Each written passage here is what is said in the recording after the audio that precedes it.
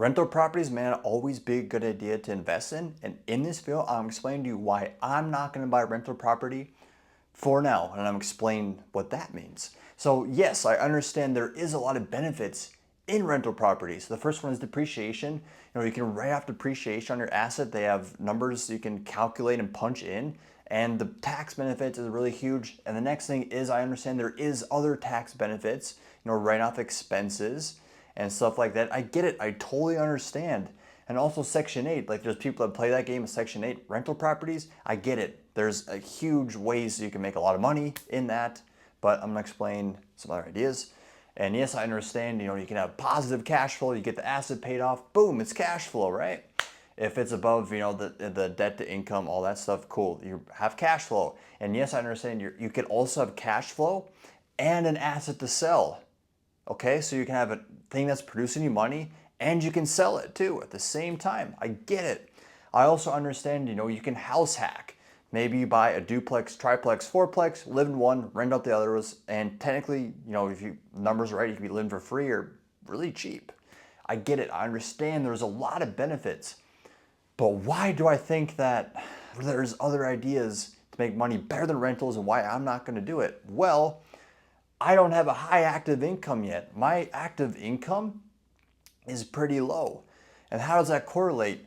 So I don't have like the biggest funds for emergency spending. Like if something goes wrong and like repairs, say the water heater goes out, and yes, I understand tax benefits for writing off things, but just dealing with all that money at the moment there's better ideas for this that I personally think.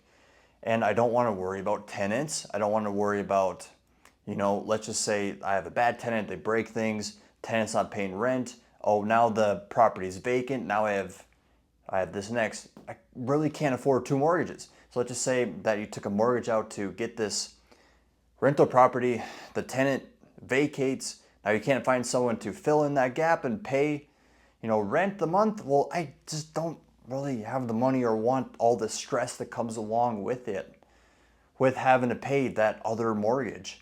And also another thing is too, is you'll hear a lot of people, yeah, man, I got so many rental properties when I was your age and I use a 2% rule. And what is the 2% rule? If you do like the math, the monthly income versus the purchase price, if 2%, if you are above 2%, you're cash flowing. If you're below it, then you're not. But if you do the math today, since house prices are so much higher, to correlate that monthly rent, I don't know if it's there. It's really not in a lot of places. It's kind of an outdated model at least. So to even cash flow break even, it's kind of tough. Like you buy a property for 300, like are you really gonna get the cash flow needed, on a monthly rent payment to offset that mortgage payment? Who knows? Every market is different. But times are changed, prices have changed in houses. I just don't want to deal with all this stress that comes along with it. So you may be asking, what are some other ideas I think to build up that high active income to then be able to not worry about the funds like this needed when having rental properties? Well, wholesaling I think is a better alternative. Build that high active income, maybe buy a rental property cash. And wholesaling is you get something under contract, you sell it out to, if you're really good at sales and communication, you make a lot of money that way. And it doesn't really cost you this money to start. Another thing is fix and flip. If you can make a high active income in fix and flipping, hey, that I think is a better alternative than getting rental properties. Or once you have an established business of fix and flippings and you want to have that passive income, cool, perfect. Go ahead and get rental properties. But if you don't have that high active income, then hey, I don't think it's a good idea to get rental properties.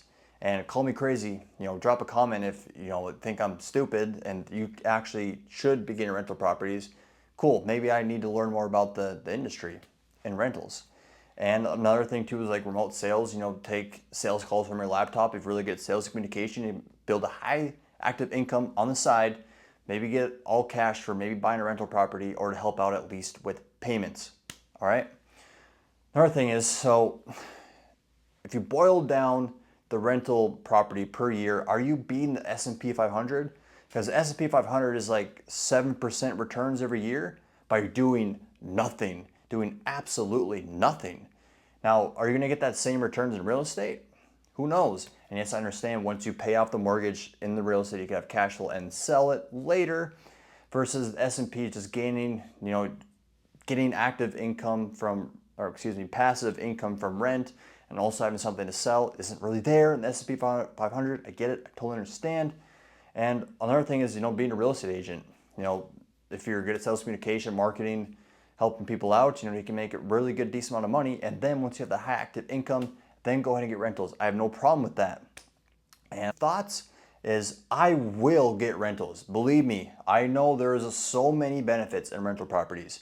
I will get rentals once I have high active income. So I don't have to worry about repairs, maintenance, vacancies, bad tenants. And once I have that high active income, I absolutely am getting rental properties without a doubt. But for right now, this is why I'm not buying rental properties. If you're on YouTube, please subscribe for more. Any other platform, like and follow for more. Hopefully you learned something. Have a good one. Bye.